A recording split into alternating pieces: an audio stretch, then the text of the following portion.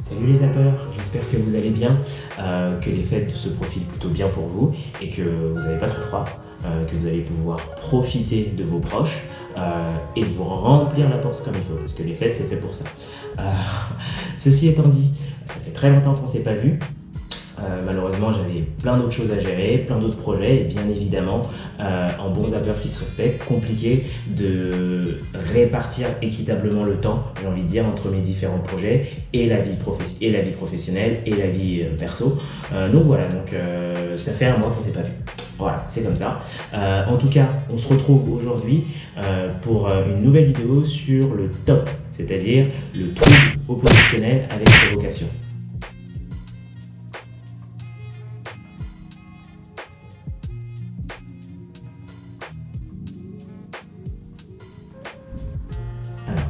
Ce qu'il faut bien comprendre quand on parle de TOP, c'est que le TOP n'est pas spécifique au TDAH. En réalité, le TOP, c'est un symptôme qui signifie qu'il y a un autre problème sous-jacent, c'est-à-dire caché, qu'il va falloir prendre en compte pour pouvoir faire disparaître le TOP. Ça, c'est très important de bien le garder en tête. Le TOP n'est pas forcément synonyme de TDAH. Qu'est-ce que nous dit le DSM-5 ? Alors, le DSM-5, pour ceux qui ne le savent pas, c'est la Bible de toutes les affections psychiatriques reconnues dans le monde. Voilà. Donc voilà. Et qu'est-ce qu'il nous dit le DSM-5 ? Alors, le DSM-5 nous dit que le TOP, il s'agit d'un comportement négativiste qui perdure pendant au moins 6 mois. Alors, ce comportement négativiste va se traduire par une irritabilité, un comportement provoquant et un comportement vindicatif qui va avoir une répercussion sur toutes les sphères de la vie de la personne, à savoir la sphère familiale, la sphère professionnelle ou scolaire et la sphère sociale. Et bien souvent, ce sont des personnes qui finissent par être exclues de leur groupe social parce que justement trop revendicatif, trop dérangeant, trop à tester les limites concrètement, qui vont tester, qui vont provoquer, qui vont mettre à mal le cadre qu'on va leur proposer.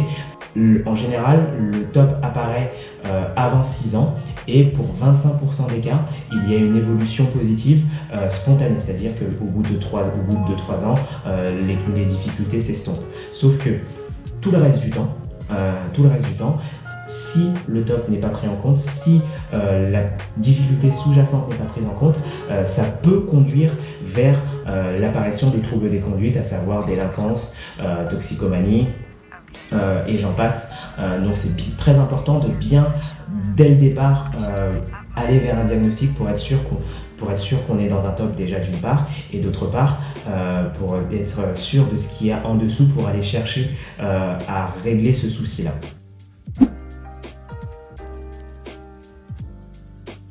Alors, qui pose le diagnostic ? Ce qu'il faut bien comprendre, c'est que à partir du moment où on commence à voir les premiers signes du TOP, à savoir des comportements opposants, une grande difficulté de gestion de la frustration, des comportements vindicatifs, c'est-à-dire le fait de revendiquer une injustice de manière constante et de ne pas pouvoir lâcher justement cette injustice et de dire, répéter à tour de répéter que c'est la faute de l'autre, que c'est comme ça, et pas pouvoir justement se remettre en question et justement être dans un refus catégorique des limites et du cadre qu'on va pouvoir imposer, mais de manière verbale, avec une violence qui peut être verbale ou physique. Dès lors qu'on commence à voir justement ces premiers signes, c'est très important d'aller consulter, que ce soit un psychologue ou un neuropsychologue ou un psychiatre, pédopsychiatre ou un neurologue ou neuropédiatre, pour justement essayer de faire la part des choses et savoir si déjà de 1, on est dans de l'ordre, est-ce qu'on est dans quelque chose de l'ordre du trouble de l'opposition, ou est-ce qu'on est plus dans quelque chose de l'ordre du trouble de la personnalité, avec justement une décompensation psychotique et tout ce qui s'ensuit. Donc c'est bien important de pouvoir faire la part des choses, et ça, il n'y a vraiment que le médecin neuropédiatre et le médecin pédopsychiatre et psychiatres, je les mets ensemble, qui vont pouvoir justement, à la lumière du compte-rendu du psychologue et des autres professionnels paramédicaux, qui vont pouvoir faire la part des choses.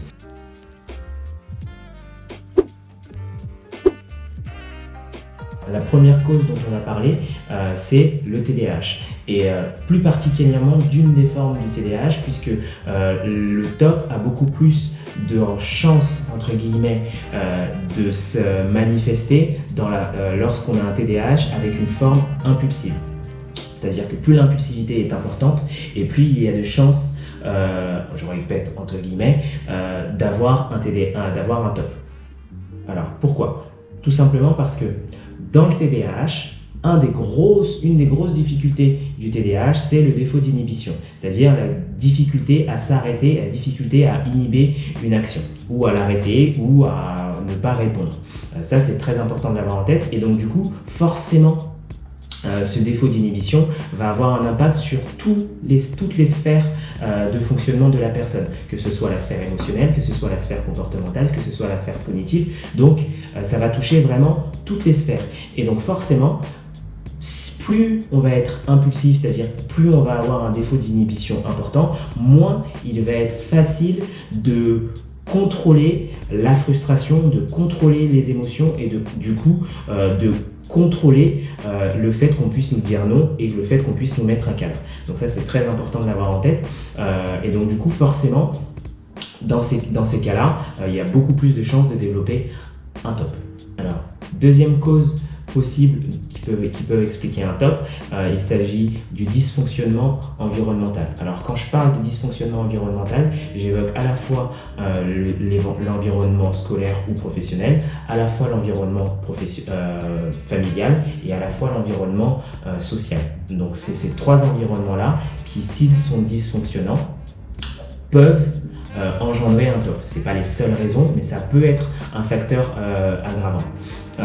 Et donc du coup, qu'est-ce qu'on entend par dysfonctionnement ? Bien souvent, on parle d'une inconsistance au niveau relationnel, d'une inconsistance au niveau des règles, d'une inconsistance au niveau du cadre. Règles et cadre, c'est à peu près la même chose. Et aussi d'une inconsistance sur le plan affectif, c'est-à-dire les relations du type je t'aime, moi non plus, un jour je t'aime, un jour je t'aime plus.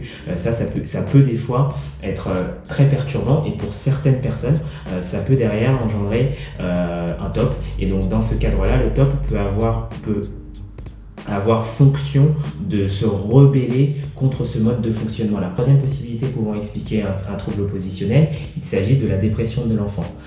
Pourquoi la dépression de l'enfant ? Puisque chez certains enfants, le mal-être va se manifester par justement une violence excessive, un rejet de toutes les règles et de tout le cadre qu'on peut mettre en place, et surtout par une mauvaise estime de soi qui va justement engendrer derrière une violence que l'enfant va devoir extérioriser. Et cette extériorisation pour certains enfants passe par justement la remise en question de toutes les règles établies.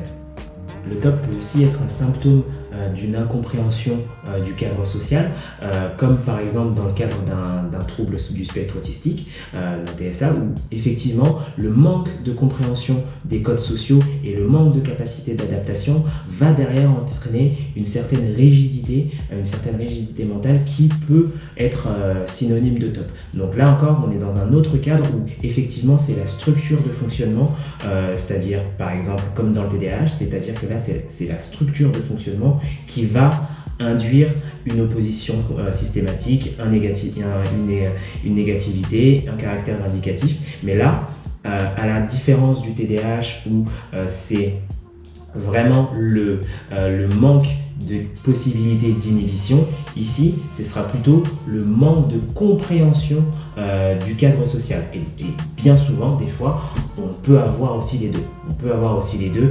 Les deux sont totalement possibles. Donc là encore, c'est une autre manière de vous exprimer le fait que bien souvent, un TOP tout seul, c'est très compliqué, et bien souvent, il faut bien essayer de démêler ce qu'il y a derrière le TOP pour pouvoir justement avoir un accompagnement efficace. Alors, comment est-ce qu'on accompagne une personne qui présente un trouble oppositionnel ? Comme je vous l'ai expliqué, il existe plusieurs causes possibles pouvant expliquer le trouble oppositionnel. Néanmoins, à mon avis, on peut mettre en place un schéma d'accompagnement global qui pourra justement être reproduit et adapté en fonction des situations. Et ce schéma, à mon avis, c'est celui-là.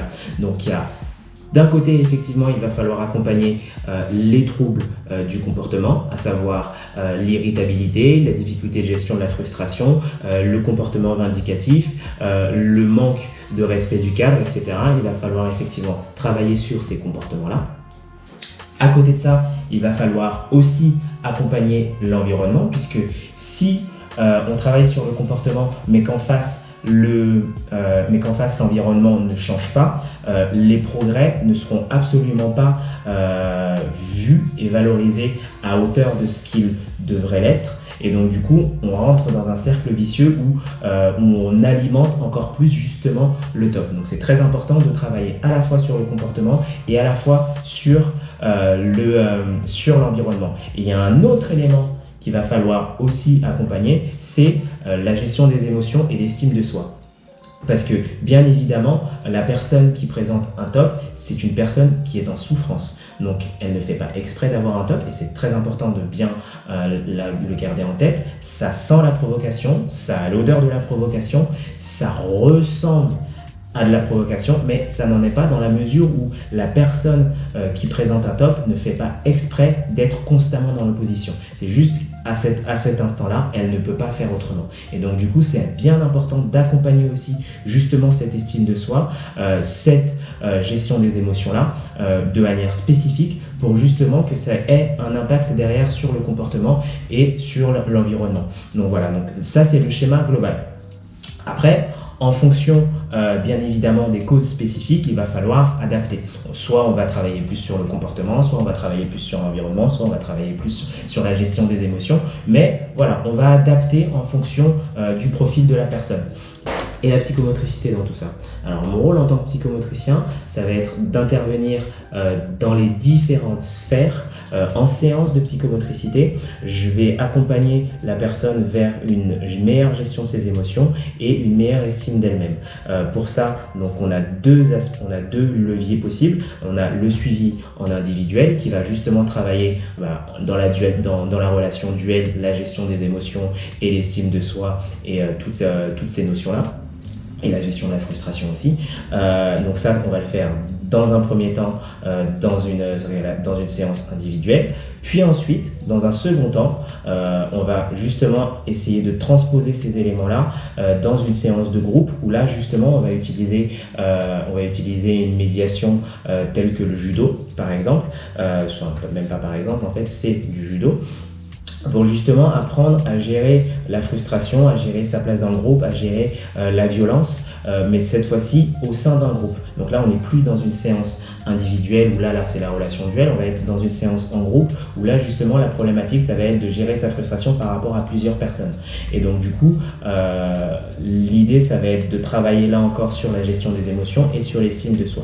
Donc ça c'est pour les séances de psychomotricité en elles-mêmes. En parallèle de ça, le psychomotricien va avoir un rôle à jouer dans l'accompagnement parental et familial, mais aussi scolaire, pour justement essayer de mettre en place un environnement qui va permettre de reconnaître et d'observer justement les différents progrès, les différents changements qu'on peut noter chez la personne qui présente un TOP. Parce que ce qu'il faut bien comprendre, c'est que bien souvent, comme ce sont des personnes qui ont une estime d'elles-mêmes très basse, du coup elles vont être très friandes des encouragements, et donc du coup le problème c'est que comme elles sont constamment dans l'opposition, c'est compliqué de leur faire des compliments ou de les récompenser, etc. Et donc du coup mon rôle en tant que psychomotricien, ça va être aussi d'accompagner la sphère environnementale pour justement essayer de mettre en place un système de fonctionnement qui soit adapté à l'environnement, qui permettra de reconnaître les différents progrès et surtout de récompenser les comportements qu'on souhaite voir maintenir. Voilà, donc ça c'est vraiment mon rôle. Alors mon rôle principal quand même reste l'accompagnement, qu'il soit individuel ou groupal, sur la gestion des émotions, la gestion de la frustration et sur l'estime de soi. Donc ça c'est mon rôle principal, ce qui va avoir forcément un impact sur la gestion des différents comportements.